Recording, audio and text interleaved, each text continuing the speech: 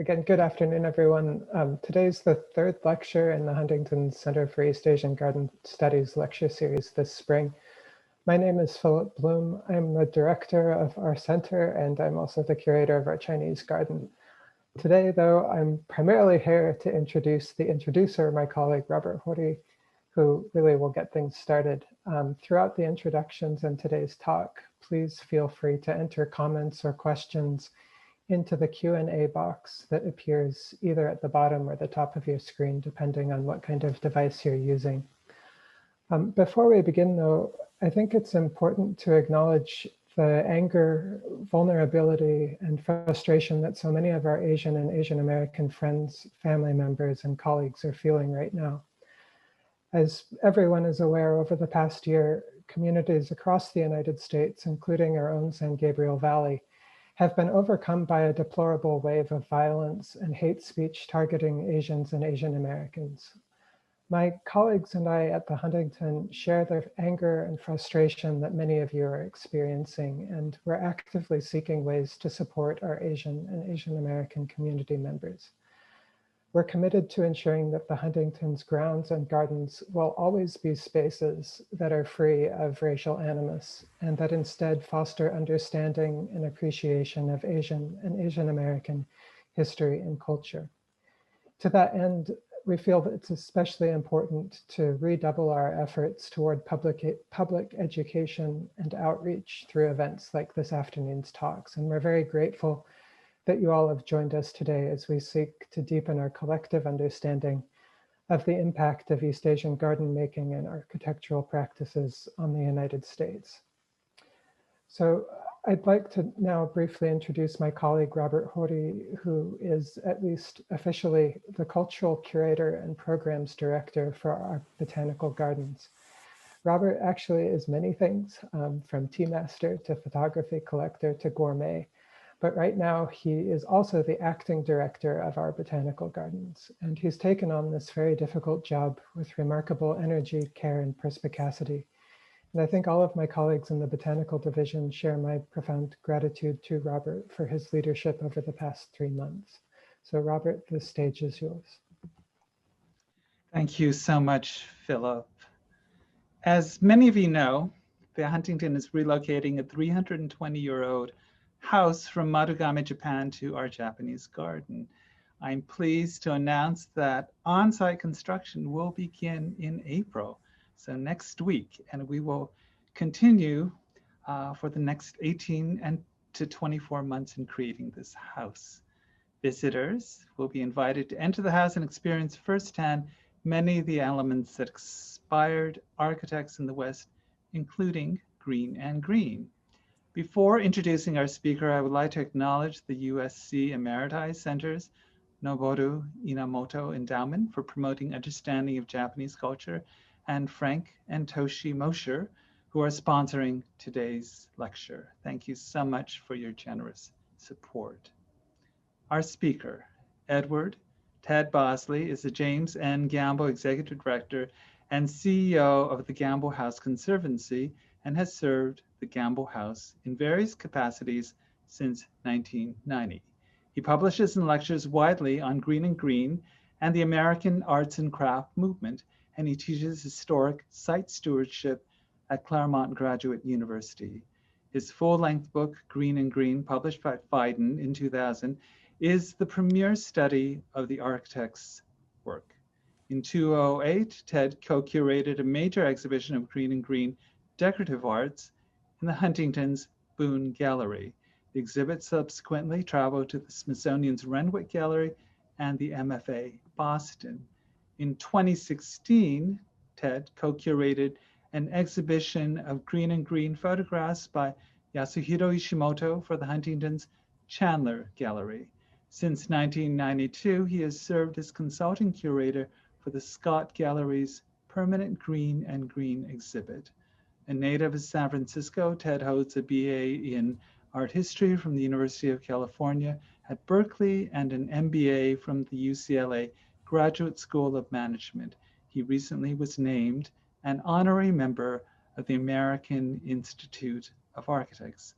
So thank you, Ted, for joining us this afternoon. Thank you very much, Robert. I appreciate that generous introduction. I'm going to share a screen now. And I first want to thank the Huntington's Center for East Asian Garden Studies for the invitation to speak today. It's truly a privilege and a pleasure. And I especially want to thank my good friend, Mrs. Toshi Mosier, for suggesting that I give this particular talk.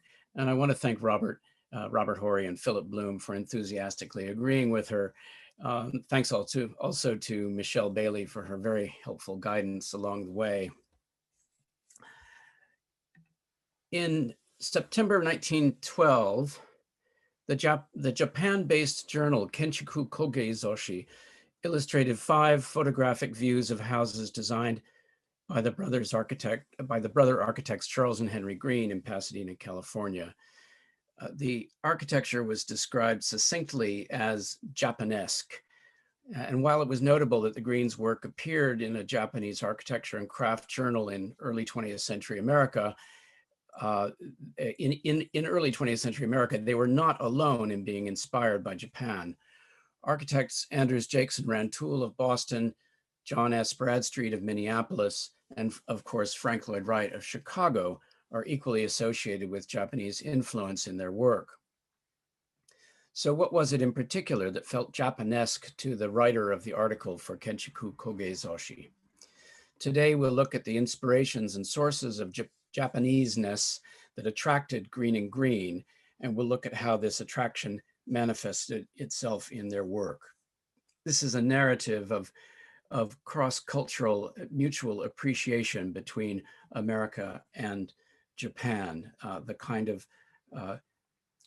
friendly accord that we always seek, to Philip's earlier comments. The Greenes' appreciation for Japanese architecture and design was intensely felt, even if the brothers, to their deep regret, never actually visited Japan. Key factors include the Greenes' education and exposure to Japanese design while students and apprentices in Boston from 1888 until 1893. It also traces to the expositions and publications that informed their developing artistic sense, and especially Charles Greene's deeply introspective nature, which drew him towards Buddhism and other esoteric spiritual movements. From late 1903, Charles Greene guided the firm's architectural designs towards an aesthetic that was inspired by Asia. He was inspired by magazines such as Koka in early 20th century English editions, by Japanese art goods shops in Pasadena, and by the books he collected, common and obscure, and through inspiration taken from the world's expositions in Chicago in 1893, in San Francisco in 1894, Buffalo, New York in 1901, and St. Louis in 1904. The interest flowed in both directions too, and we'll look at how Japan continued to respond to the Greenes' work in the post-war years. In this, going back just a moment, in this 2-page spread from Kenchiku Koge Zoshi, we see 6 images of craftsman houses in Southern California. 5 are designs by architects Charles and Henry Greene. And this is probably a good moment for me to confess that I am not a Japan scholar. My specialty is the architecture and decorative arts of the American arts and crafts movement, and of Greene Greene in particular. So we'll be looking at Japan pretty much exclusively through the lens of Greene Greene today. The house in the upper left is the Mary Cole House at number 2 Westmoreland Place in Pasadena, which is still standing. It's now called the Neighborhood House, part of the Neighborhood Unitarian Universalist Church. The middle and bottom images on the left page, as well as the middle image on the right page, are different views of the Freeman Ford House by Greene Greene, also still standing at 215 South Grand Avenue in Pasadena.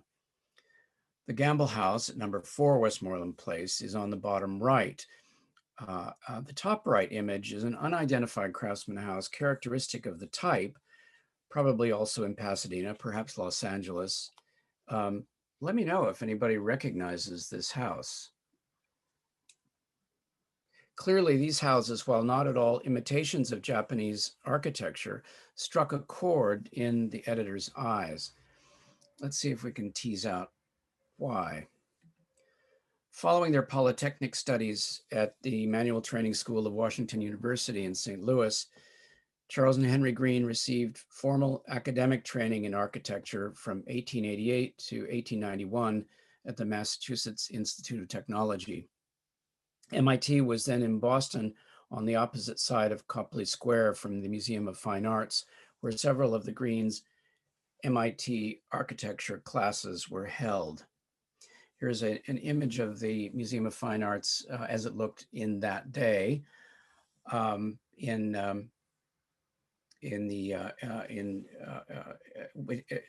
which is of course no longer where it is today. This is now the site of the Copley Plaza Hotel. The Museum of Fine Arts has moved up onto Huntington Drive long since. But the Greenes had some of their classes from MIT, from the architecture department, held in the Museum of Fine Arts, and they would have been exposed to good parts of its collection. They most likely noticed the museum's dazzling display of tsuba, and it seems to have made an impression. Charles Greene would become a collector and a connoisseur. Edward Sylvester Morse was nearby in Salem, Massachusetts, helping the young Bunkyo Matsuki to establish himself as the first importer and commercial purveyor of Japanese art goods in Boston. Indeed, all over Boston, Japan was in the air, and the Greenes were breathing it. Ernest Fenollosa was, of course, the MFA's first curator of Japanese art in 1890 and responsible for building the museum's Japan collection. So all of this would have been very evident to the Greenes. After they took their certificates from MIT in 1891, Henry Greene worked for Shepley, Rutan and Coolidge, the successor firm to Henry Hobson Richardson.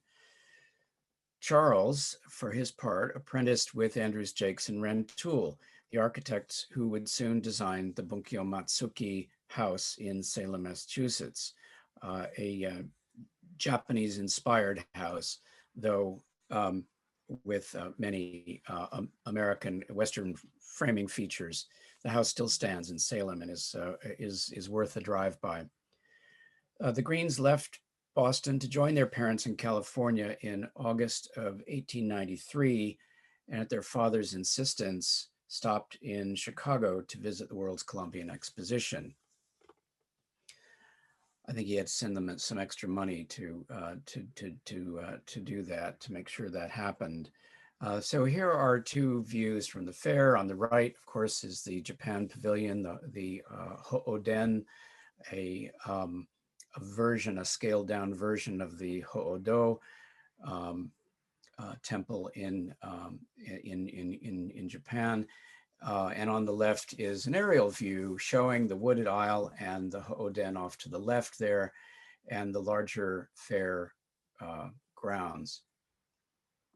This would have been a very exciting moment for Charles and Henry Greene, young fellows in their early 20s, just out of school on their way back to visit their parents. 1893 was a Depression year, by the way, and so jobs had dried up in Boston, and so they didn't have a lot of choice but to go back home and live with their parents. So that might sound familiar to some people. But a closer look at the Japan Pavilion reveals some things that must have caught the Greenes' attention, although it's true also that the Greenes left no record of what they thought of the exposition buildings. But since they were there for 3 days, it's safe to imagine that they spent some time on the wooded aisle, where the major contribution from Japan was located. The Phoenix Villa, as it was also known, was a sensation for Americans, and a generation of Japanesque houses would be built in its wake, sometimes holiday houses for the wealthy out in the woods. Notably, Villa Santanoni in Newcomb, New York. This actually predates the fair by 1 year. It was begun in 1892 by an architect named Robert Robertson, who designed Santanoni Villa for the Robert Prine family in the Adirondack Mountains. As a boy, Prine had lived in Japan with his father, who was appointed United States resident minister to Japan by Abraham Lincoln. The winged plan design of Santanoni, inspired by Prine's affinity for Japan, came about simultaneously, pretty much, with the Ho-Oh-Den in Chicago. In 1894, after arriving in California, the Greenes visited the Midwinter Exposition in San Francisco's Golden Gate Park, where they saw the Hagiwara Tea Garden.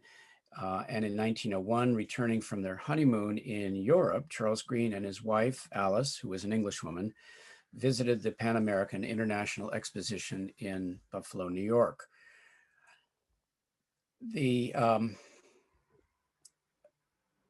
And there's down there in the lower left is an image from the Buffalo Fair. And then in June of 1904, Charles Greene was summoned by one of his, in no uncertain terms, by one of his clients to the fair in St. Louis. Adelaide Titchener was her name, a Long Beach woman, wrote to him pleading, quote, "I do not want you to go on with my home until you see the fair," that is, until you see the fair. "You will be able to get so many ideas of woods and other things for finishing what you now have on. It will be impossible for me to describe to you the effect of the woods." So she was talking about, most likely talking about the building in the fair's Japanese Imperial Garden, sometimes called the Bellevue, which was described in print as being composed of, quote, "many different kinds of wood, no two pieces from the same species of tree," which I imagine is something of an exaggeration, but you see the point. So already, of course, the Greenes were being known for their building in wood and their love of wood. And Adelaide Titchener was adamant about Charles Greene getting on a train and going to St. Louis. But even before attending the St. Louis Exposition in 1904, Charles Greene was already curious about how he could incorporate Japanese building ideas into his home designs. In December 1903, he purchased a copy of Morse's, Edward Sylvester Morse's Japanese Homes and Their Surroundings. And in it is a drawing showing how foundation stones are pounded into place. This apparently was a revelation for Charles Greene, and it had an almost immediate effect on his work. Following the purchase of the Morse book, Charles Greene, within a couple of weeks, had produced a drawing for the Arturo Bandini house that showed the influence of the Morse book. In fact, it was a drawing that he'd already done, but he proceeded to erase the pencil lines where flat bottom posts met a walkway. And then he drew in a new detail of posts standing on the top of stone shapes, looking like, I think in this left-hand photograph of the Bandini house pergola, that looks to me like not a stone, but a concrete sort of foot meant to look like a stone. So it was kind of an accommodation to an idea that he got from the Morse book, and he made alterations to the design, which was already in process, on the fly. And this detail would become actual stones the following year in his design for the Cora Hollister house in Hollywood, which astonishingly a few years ago we learned had been moved on a flatbed train car to Edmonton, Alberta in 1917. Can't make that up.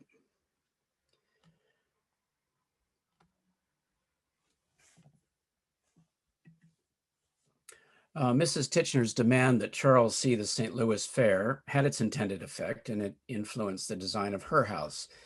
Seen here in two watercolors painted by Charles Greene, the Titchener house included a courtyard with a half-moon bridge, beyond which lies a garden shelter for taking tea.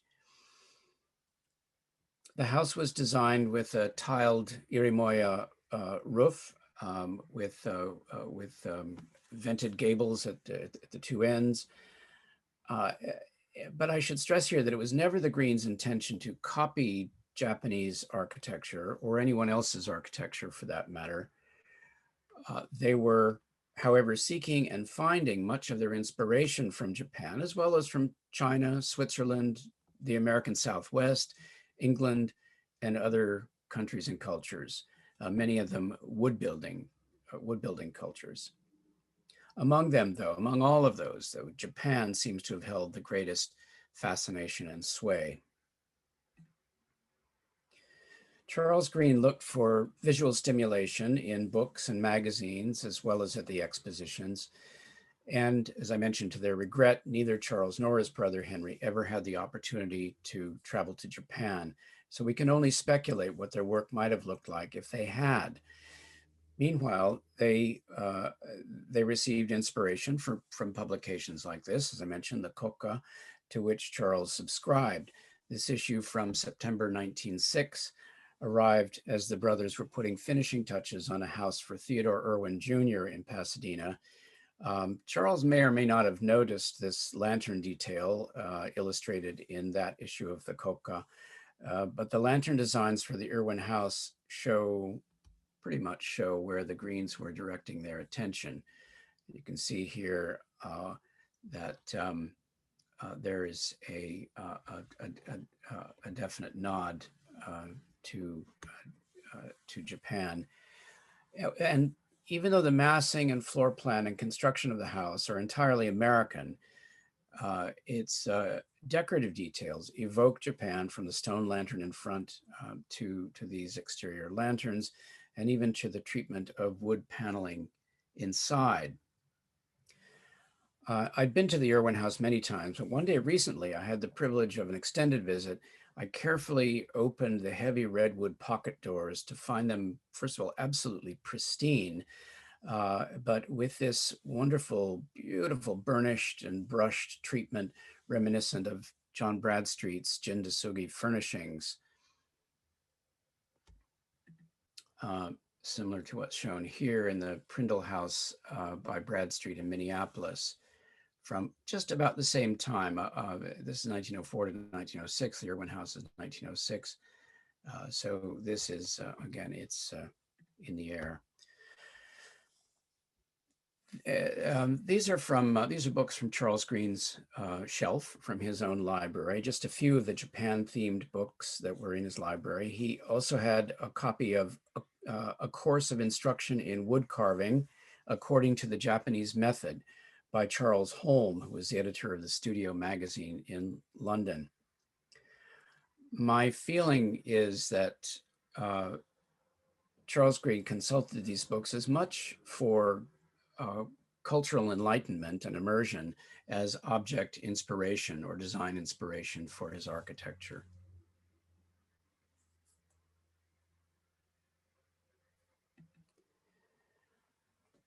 In 1908, the Greenes designed and oversaw construction of a winter home for the Gamble family of the Procter & Gamble Company in Cincinnati, Ohio. Is one of the houses in Pasadena, the company is in Cincinnati, is one of the Greenes' most ambitious and famous commissions, and the only Greene Greene house to remain intact with all of its architect-designed furniture. It is also the only Greene Greene house regularly open to the public.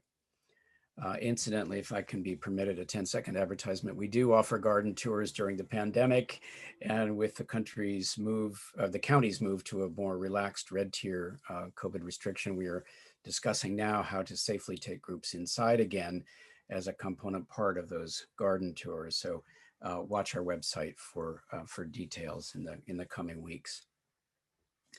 Between 1912 and 1914, the Greenes hired Leroy Hulbert, who described himself as an art photographer, to document their work in tonalist silver gelatin photograph prints like these.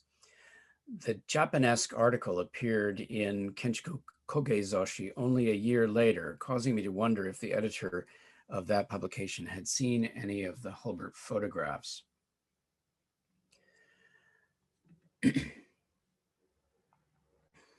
Oh, and I just, I commend to your memory the photograph on the right with the stones leading to the side gate at the Gamble house.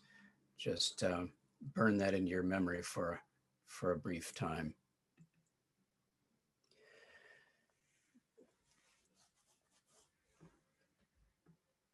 The house was designed for the mild climate of Southern California in the winter, and the Gambles actually slept outdoors on their upper level porches, which were specifically designed for the purpose.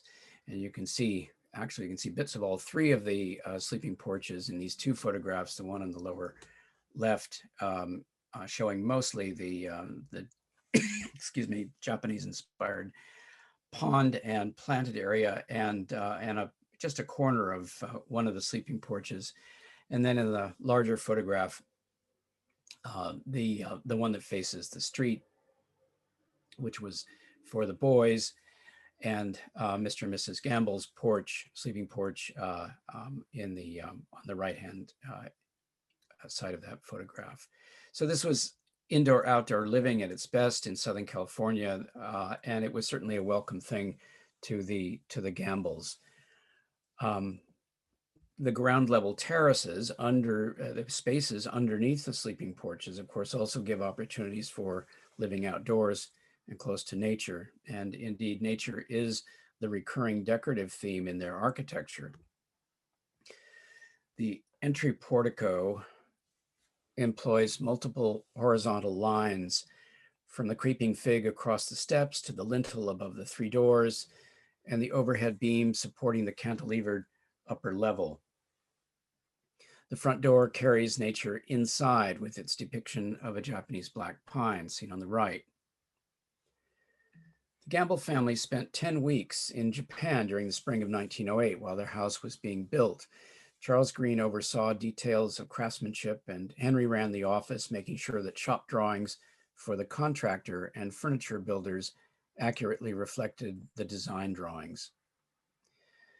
The architecture and furnishings were meant to harmonize as totally coordinated works of art, a California version of the Central European Gesamtkunstwerk.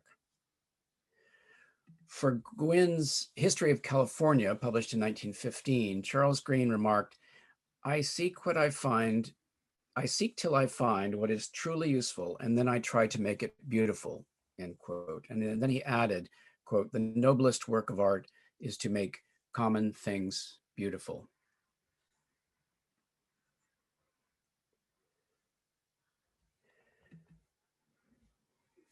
By now, Charles Greene knew enough about wood carving in the Japanese manner to understand the importance of personally selecting the material to be carved. Redwood panels were chosen for the Gamble's living room for their expressiveness of grain and character overall. Grain direction and pattern, color changes, and other natural characteristics would suggest the design to be carved. Here, in the upper photograph, a moon, a tree, clouds, and for good luck, some bats. There are 16 of these panels all around at the frieze level of the Gamble's living room, in a nod to the Japanese tradition of the ramma panels at the frieze level, which are often perforated, but not always. They're sometimes solid and carved like this. Charles Greene designed 3 different rug sizes for the living room. The one for the 2 alcoves, the Inglenook and the Solarium Bay, opposite each other, is shown here. And these rugs were these watercolors. The watercolor that Charles Greene did of each of the 3 rug sizes were sent to the Czech Republic, well, what's now the Czech Republic, Bohemia, where they were woven. The dining room. Some details from the dining room showing the really rich interior character that the Greenes were after. Care was taken everywhere in the house to honor the wood, both in architectural construction and in furniture. Every detail was supervised by the architects. Charles Greene's collection of tsuba provided inspiration for the applied motif in the Gamble's bedroom furniture, as you can see on the left. Each piece of furniture in this room, this particular room, has the ebony shape applied with very tiny brass brads. And as you may know, ebony is extremely hard, but also brittle. And so that means that each of the holes for these brass brads had to be very carefully drilled so as not to break the ebony detail. No area of the house, not even the back of the upper level hall shown on the right, escaped the careful attention and consideration for treatment of materials and decorative elements that the Greenes were noted for. Delicate decorative inlay was lavished on furniture and equal care given to the more robust aspects of the building, even in the attic. And so you see some of the very, very fine work here on the left, and then the attic space. It's probably the most elegant attic you'll ever see, where all of the wood surfaces, as in the rest of the house, are carefully hand finished and radiused. The beams, the arises of the beams radiused to create this kind of soft finish. As someone said, it looks like the wood has been squeezed from a tube. The Greenes and their craft artisans were therefore equally at home in the micro as well as the macro. This is one of my favorite pieces in the house. It's another letterbox, not dissimilar to the one we just saw, but also has the benefit of having some drawings that survive, some conceptual sketches and detailed drawings by the Greenes to correspond to the actual box itself. And we have this photograph of the letterbox standing on its companion desk in the studio of the makers, John Hall and his craftsmen in Pasadena. These were all local people making local pieces that for the most part have never left Pasadena. After creating their great commissions in wood, Charles Greene continued his study of Japan, though now for more personal edification and pleasure than to inspire his architectural practice. This particular book, Legend in Japanese Art, was published in 1909, and Charles Greene purchased his copy here, shown here, in 1911. The book was apparently his constant companion for years, judging by how well worn it is. In fact, when it finally came into my hands, it was practically falling apart. Increasingly, Charles wanted to paint or write or carve rather than design more houses.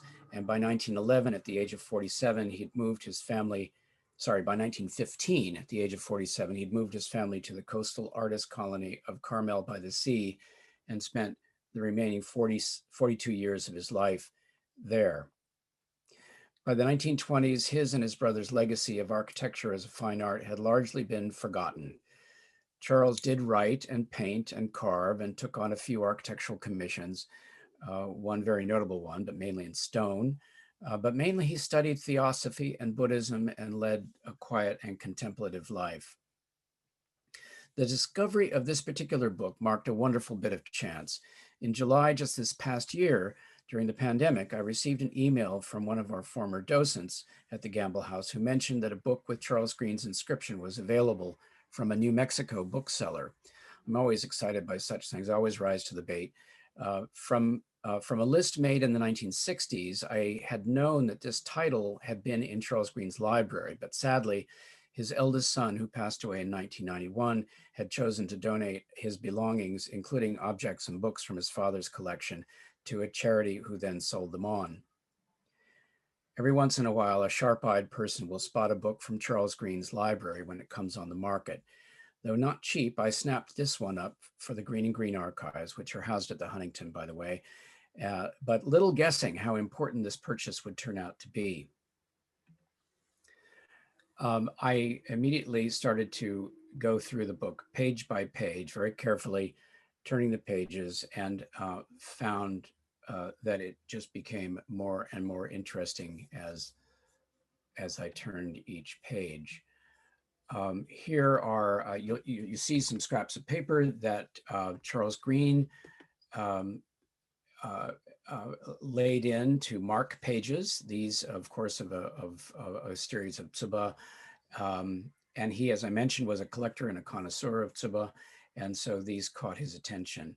And you'll see that some of these shapes, especially this one here, these mimic the shapes, some of the shapes that are seen in the Gamble House design, including that of the dining table and the decorative detail in ebony that we saw earlier.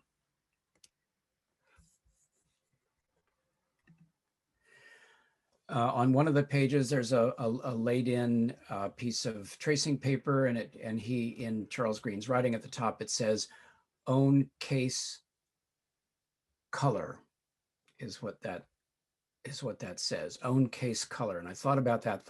It was opposite this illustration, and wondered about that. And then suddenly I realized he's talking about his own bookcase and the color of paint that he chose to paint his own bookcase. There, shown on the right, with yours truly kneeling down, looking at a book, no doubt, in Charles Greene's studio.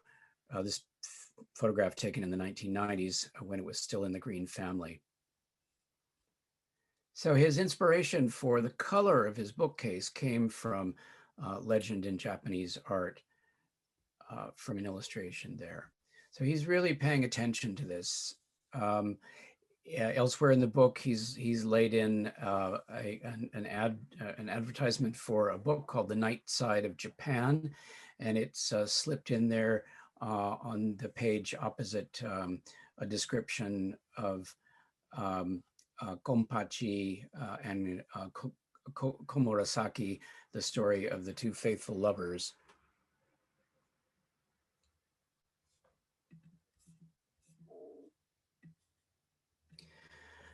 And here's another page. It's not annotated, but it is marked by a Signet floor drain features brochure. And what's significant is that it shows a number of a description of on the opposing page. The text describes Shaka, the Buddhist Sakyamuni, and I'm just showing a picture of the interior of Charles Greene's studio on the right, and in the niche above the fireplace is a sculpture, is a Buddha sculpture that thankfully remains in the Charles Greene family with one of his granddaughters. And then as I turned the pages, I gasped, because laid in I found this drawing of a pot stand, a very excuse me, beautifully detailed. It's a sketch. It's not a working drawing, but it's got dimensions, and it even lists. It's a materials list with the dimensions of the pieces that he needs. This is a piece that, as far as I know, was never made, but based on this drawing, perhaps could be made. This was an astonishing discovery in the pages of this book that I'd worried I'd paid a little too much for from a bookseller in New Mexico. I was no longer worried by the time I got to this page. And then another sketch by Charles Greene. And this one I recognized right away as being a preliminary sketch for the carved panels that Charles Greene designed and installed in the Fleischacker estate in Woodside as a part of a game room addition that he had done in 1925. By the way, if you've got an extra $135 million lying around, the Fleischacker estate, 74 acres in Woodside, is now for sale. So have at. This is Charles Greene in his Carmel studio in the early 20s. A brick building, a lovely brick building that he built by hand with his two sons, Patrick and Thomas Gordon Greene. By the 20s and 30s and even 40s, Charles was out of architecture for the most part. He was as I mentioned, contemplative. He was studying Buddhism and theosophy.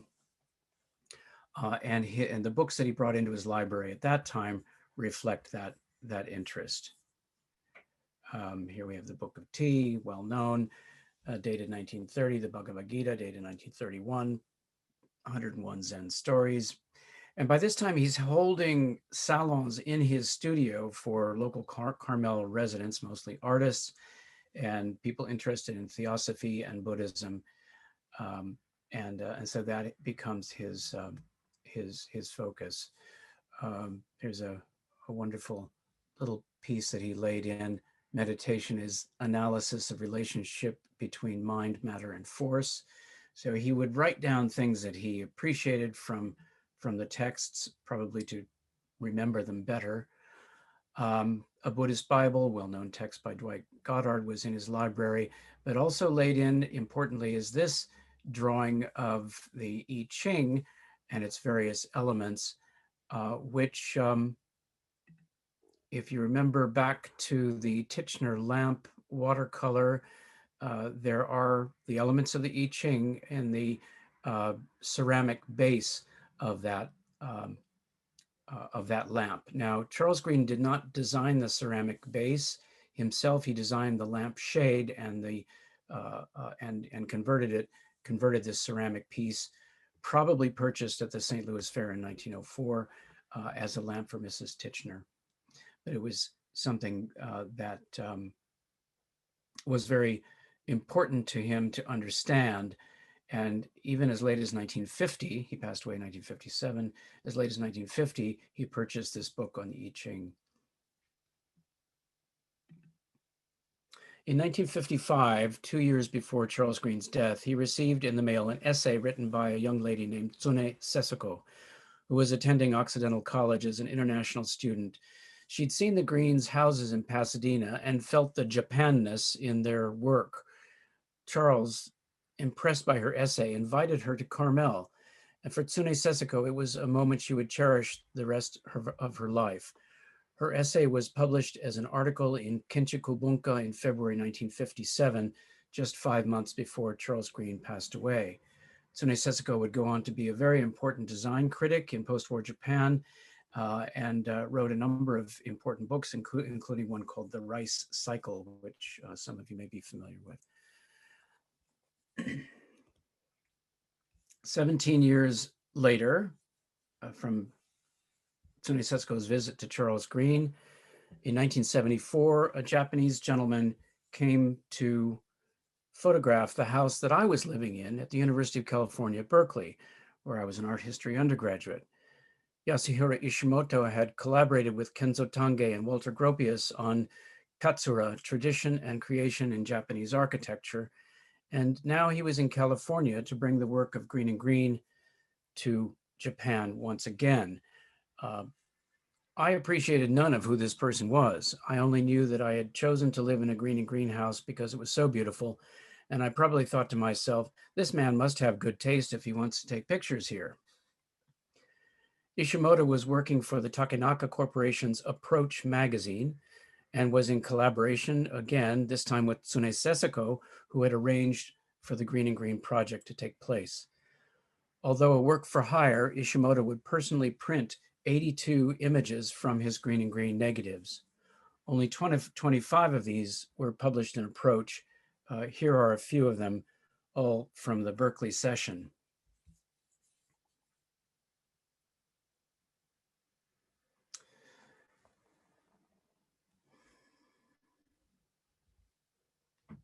So this is how the Thorson house looked when Ishimoto arrived and when I was living there.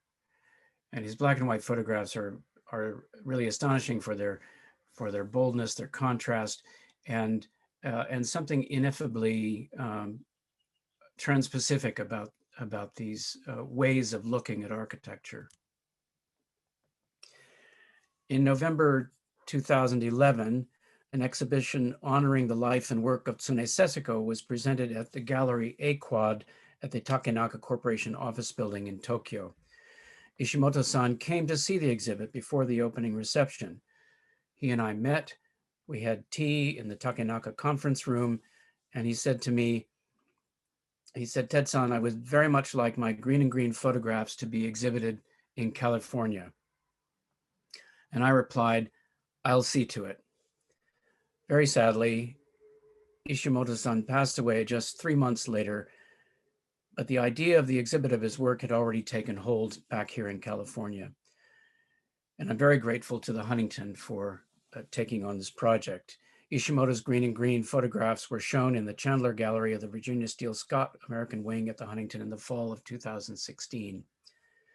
The Japan-inspired architecture of Greene Greene is, like Ishimoto's photography, a fine art that bridges the Pacific. One honors the other, and vice versa, to carry on this multicultural conversation. Thank you very much. Arigatou gozaimasu.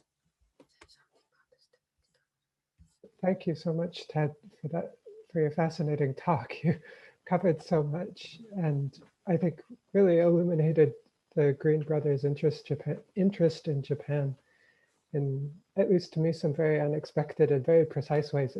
It's amazing to see those sketches slipped into the books and to be able to see so directly their inspirations. We have a couple of questions so far. And again, at any time to the audience, please feel free to enter questions into the Q&A box at the bottom or top of your screen. Before I get to questions, I would again like to thank the sponsors of today's talk, the USC Emeriti Center, specifically its Noboru Inamoto Endowment for promoting the understanding of Japanese culture. And I'd also like to thank our dear friends, Frank and Toshie Mosier, for their support of the Huntington and also the Gamble House. So first question, does anyone currently live in any of the Greene Greene houses? Oh, gosh, yes. Most of them are private homes. And as I mentioned, if you have a spare 134 million to throw around, you can have the Fleischacker estate in Woodside, but slightly more modestly, but only slightly, is the Cordelia Culbertson house across the street from the Blacker house, which is currently for sale. I believe it's still for sale. They come up for sale from time to time. They are not for the faint of pocketbook, but there are some more modest Greene Greene houses. But yes, most of them are for I mean, they're private homes. The Thorson House in Berkeley has been the Sigma Phi fraternity since 1942, and as horrific as that sounds, I'm here to tell you, as a member of the fraternity, that house is more original and intact than many of the Greene Greene houses here in Pasadena, precisely because the fraternity brothers have no money to make any changes to it. The benign neglect being a good friend of historic preservation. Great. You mentioned that the Charles studio was in Carmel. Is it still accessible? And did the Greene brothers build houses throughout the rest of California? I think most of us are familiar with their works in Pasadena, but. Yes, the vast majority of the Greenes' work was in Pasadena. They designed a few houses in Northern California, including the Thorson House in Berkeley. Charles Greene designed a beautiful stone house on the cliff overlooking the Pacific Ocean in Carmel Highlands in the late teens and early 20s, the D.L. James House. Henry Greene, after the brothers split their practice and Charles went to Carmel, Henry designed a really wonderful adobe farm or ranch house in Porterville for the Richardson family. Henry designed a house in West Palm Beach, Florida, which he did not oversee, but I went to visit it once, and the footprint and the overall massing are from his design, and the plot plan that he drew up was respected, but otherwise it was done by a local architect. But for the most part, Pasadena was where they worked. And is the Carmel studio still accessible? Oh, sorry. Yes, the Carmel studio. It's it's always been privately held, so it's not what I would call accessible. But if someone were really interested, they might try contacting the owner or the caretaker there and just taking their chances. But these are privately owned. Could you tell us a little bit about how the Greene brothers were received during their lifetime? Was their innovation and skill immediately acknowledged, or? Well, they didn't they weren't they didn't emerge full blown from the head of Zeus as brilliant architects. Let's just say that. So I'd say the first 8 or 9 years of their practice, from 1894 to 1903, they were really looking at other architects around Pasadena to see what they were doing. It wasn't, as I mentioned, until 1903 when Charles Greene purchased this book, Japanese Homes and Their Surroundings, that it was as if he'd been struck by a bolt of lightning, and that was when their really distinctive style took off, and their great care for design, especially in wood, emerged.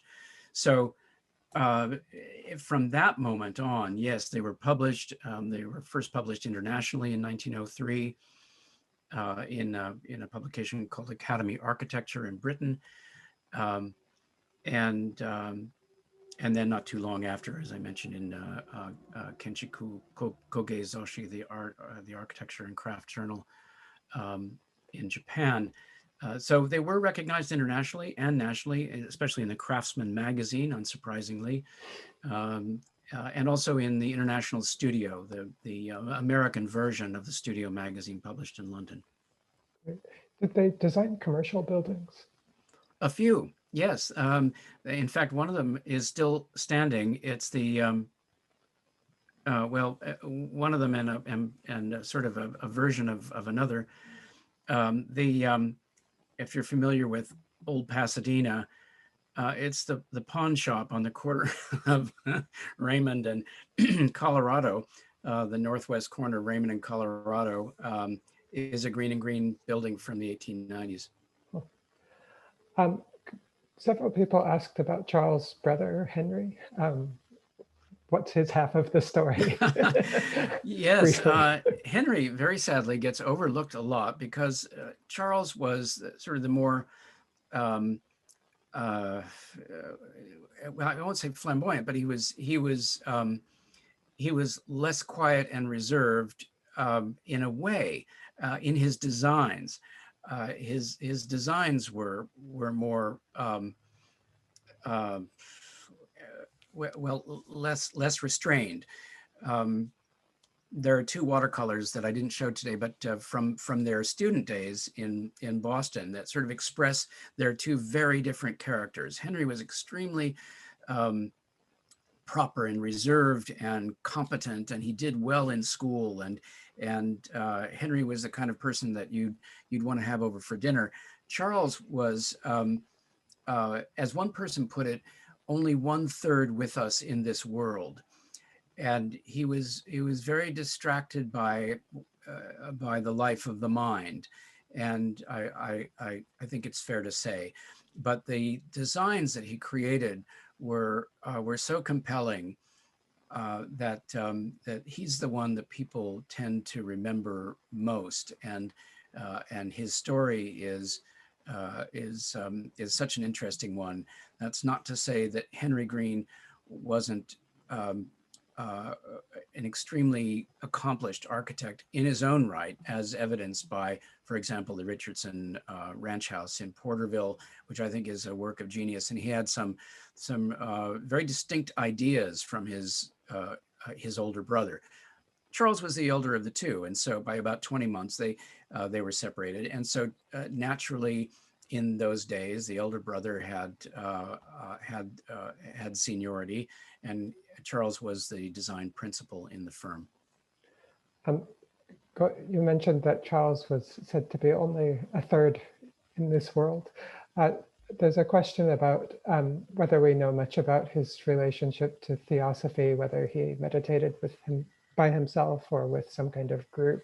Did he lead meditation sessions in his studio, that sort of thing? Yes, he definitely studied theosophy and meditated himself. The family tell of his spending hours in the studio alone in meditation. This would have been in the 1920s and 30s. And as I mentioned, he did hold salons in his studio, inviting local Carmel people who were interested in theosophy. One of them, he had speakers from time to time, sometimes famous theosophical speakers. And I'm struggling to remember the one that he had that was published in the Carmel, local Carmel newspaper, the Pine Cone. But anybody who's interested in that, I strongly recommend watching out for a book coming up by Ian Martin, who is a Carmel resident and studied Charles Greene deeply, and can give us some insights there. Ian Martin, I think he's in the audience today. Hi, Ian. But there's a lot to be teased out there from the record. I'm certainly not a theosophist scholar. There was a very fine master's degree thesis written by a student named Travis Culwell at UC Berkeley a number of years ago, which we have a copy of in the Greene Greene archives at the Huntington. So there are a few sources, but I think there's a lot more work to be done on that. Right. There are a couple of questions about specific motifs. So could you tell us what is a tsuba, and oh yes, why did they take inspiration from them? Sorry, yes, I should have defined. Tsuba is a plate that separates the handle from the blade on a sword in Japanese culture, and they were often beautifully decorated, sometimes inlaid with contrasting metals. So they're iron with brass or copper laid in, and some of them are really quite elaborate and beautiful, and became, after swords were frowned upon in Japan, carrying swords was frowned upon in Japan, these very decorative plates that protected the hand of the swordsman were removed from their swords and collected and sold around the world as collectible items. And when you mentioned the stepping stones leading to one of the side entrance, I think the side entrance to the Gamble house. Yes. Okay, what were you hoping for us? Why did I ask everyone to burn that into their memory? Yeah. Well, thank you for exposing my forgetfulness. The very last slide that I showed, and maybe I'll just go back to that for a moment, is a beautiful photograph by Yasuhiro Ishimoto showing his interest in those stones. And so Ishimoto is very interesting. He was born near San Francisco in 1921, so he's an American citizen, but was moved to Japan by his parents when he was 4. When he was 18 or 19, he came back to California, studied, finished high school in California, and then attended UC Berkeley and studied agriculture. The war broke out. He was interned at the Amache camp in Colorado, where he picked up a camera, and that was the beginning of his photographic career. Then, when he was allowed to leave, he went to Chicago and studied at the Design Institute under Harold Callahan, and that was the beginning of his career. But for those who know his work, there's also a very beautiful photograph that he made at the carriage entrance to Katsura Villa, that is similar in its approach to foreshortening the stone steps leading up to a gate. And so I think he had that in mind when he came to the Gamble house in 1974. Thank you for asking that question.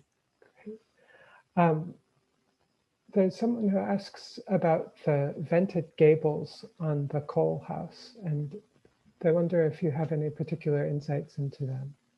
Oh gosh, well, it's part of the really brilliant design impulse of the Greenes to keep ventilation really moving through the house. And in fact, in the Greene Greene permanent exhibition in the Scott Galleries is one of the panels from the coal house gable that's part of the Huntington collection. So you can see one up close. But these are hinged panels that open like casement windows, but they're panels of wood perforated so that air can pass through, but also they're hinged so they can be entirely open so that really a lot of air can pass through. And with doors, with screen doors fixed and doors opened on the ground floor, and then these panels opened up in the attic, the air can easily be changed out of the house in a few minutes. And I think this is the wave of the future, or certainly should be, for reducing carbon footprint. We don't, if we can get out of the habit of turning on the air conditioning and return to unfixed windows in hotels, et cetera, in office buildings where you can't open windows any longer, this has got to change. And the Greenes architecture is, I think, a wonderful model for how we can live more sustainably. Great. There's a question about the Greenes' relationship to Japan, and the audience member thanks you for your in-depth study of how the Greenes drew inspiration from Japan, but also wonders what if you think that the fact that they never actually visited Japan may conversely have helped their creativity and imagination and maybe transformed it into something new. So yeah, that's just an excellent observation, and I'm so glad it was made. Yes, I think that there's a fair chance that if the Greenes had visited Japan, their architecture might have been over-inspired, might have been less their own. They may have been so overwhelmed with the beauty of what they saw in Japan that they may not have been able to dig as deeply into their own creativity. So I think there's something to be said for them not having gone to Japan, but rather taking inspiration from the various sources that they had at hand, and really spending time thinking about what's appropriate for Pasadena, for the climate, the topography, the client lifestyle in Pasadena. And I think that's where they really excelled. Speaking of that specific question, the consideration of local conditions, how does the climate of Southern California affect things like the longevity of the wood that they chose to use? But wouldn't the aridity here tend to cause it to crack? And yet it looks so amazing. And similarly, are termites a concern for a structure like the Gamble House? Yeah, that's another great observation. As Frank Lloyd Wright says, when you put a work of art out in the rain, out in the weather, things happen. And it is, it's a constant maintenance issue. Wood houses are prone to termites and rot. And that's one of our biggest challenges at the Gamble House is to make sure that we don't let the place fall apart around our ears. I know that there is a school of thought that says that a house should be allowed to disintegrate in its own time. I'm not. I didn't go to that school. We have an architectural conservator who checks in frequently and lets us know when we need to pay attention to certain things. We did a big conservation project in 2004, and treated all of the rafters, which beautifully, but really, it's not a good architectural feature to have rafters extend beyond the eaves, because it exposes them 100%, that those portions to wind and rain and sun, heat degradation, etc. So those are probably the most vulnerable parts of the house. But they do, as Charles Greene pointed out to one of his clients, they cast such beautiful shadows. So there's a series of questions about related to furniture. Just essentially wondering if you could talk a little bit more about the relationship between their furniture designs and their architectural designs. Were their furnishings always kind of site specific? Were they ever sold independently of the houses? And if you want to add another layer to it, could you use the photograph behind you to talk about furniture and architecture? Right. Well, I think I mentioned the Central European notion of the Gesamtkunstwerk, the idea of the total design, Gesammen meaning together, Kunst, of course, is art, Werk is work, so it's a together work of art, and that's what the Greenes were after, like Frank Lloyd Wright, who designed furniture for his interiors. Although Frank Lloyd Wright's furniture may be a little easier to produce, in multiples. The Greenes' work was always extremely labor intensive and very particular, not just to the house itself, but to each individual room.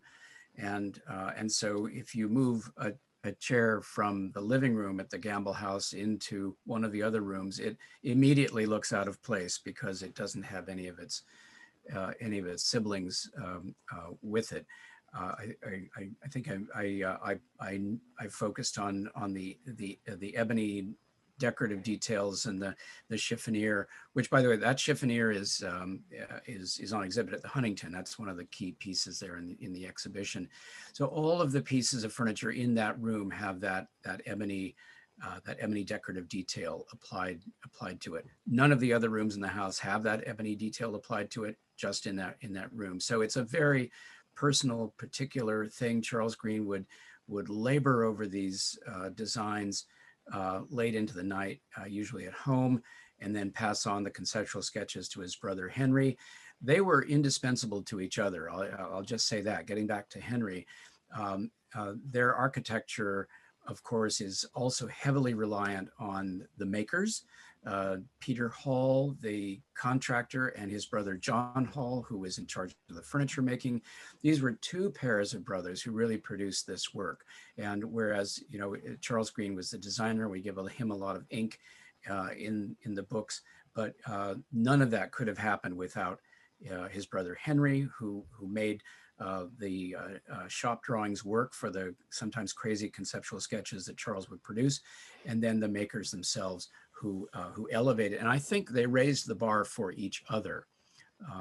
The Greenes said, "Oh gosh, here's some makers who can really execute at a very high level. Let's up our game with our designs." I think that's what happened. Although I've been asking the Greenes, as Richard Guy Wilson sometimes says, I've been asking them for years, and they're, from beyond the grave, they're telling me nothing.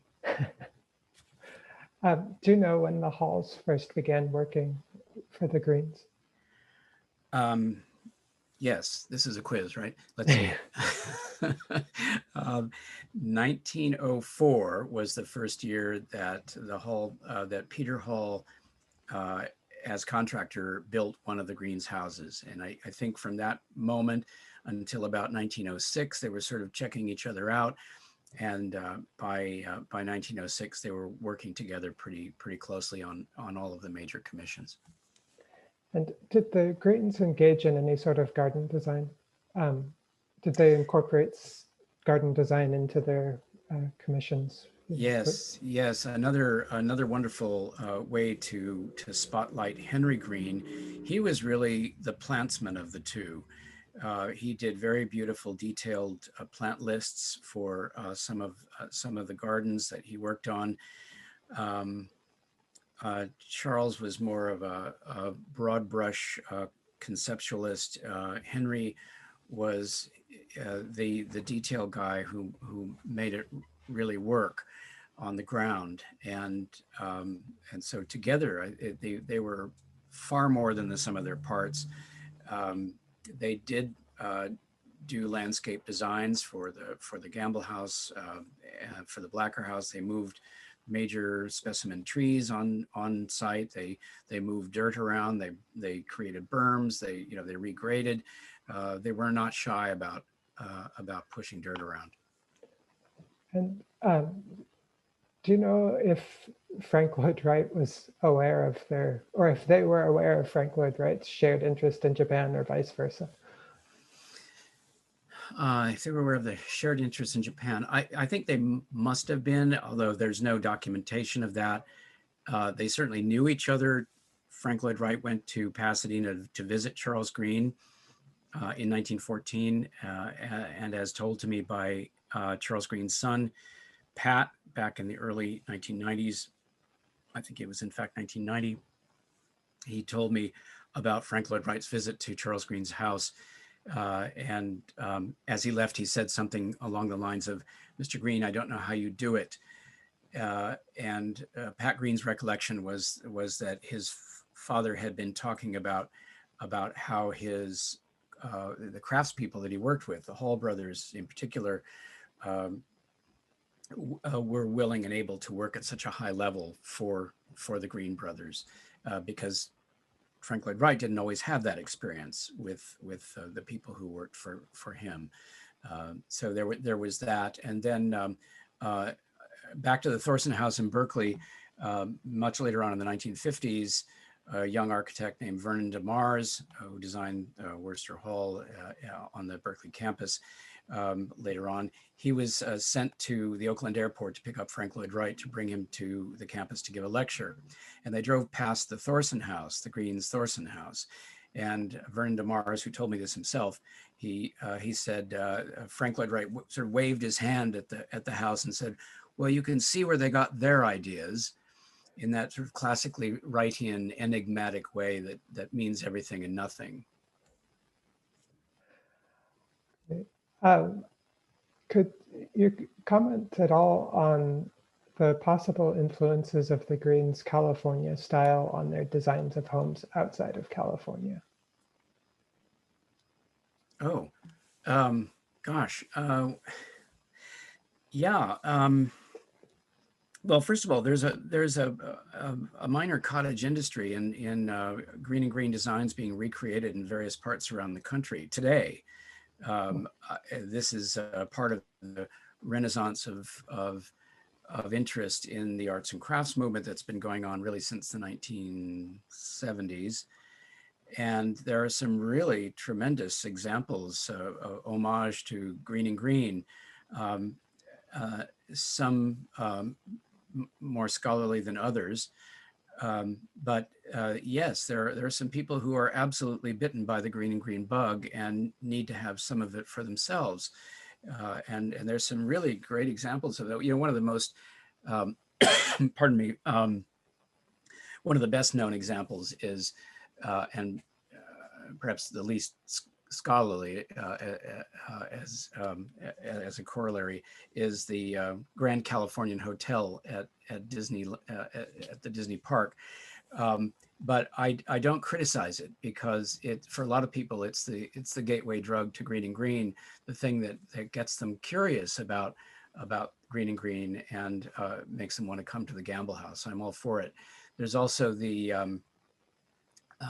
Lodge at Torrey Pines in La Jolla, a beautiful hotel built by William Evans, who was absolutely a Greene Greene devotee and did a very scholarly job with a lot of the interior details and in collaboration with my predecessor, Randall Mackinson.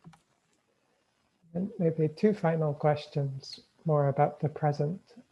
First, are there any architects that you consider to be carrying on the Greene's legacy, however you want to define that today? And then secondly, would it be possible to build a house like the Gamble House in terms of craftsmanship and materials today?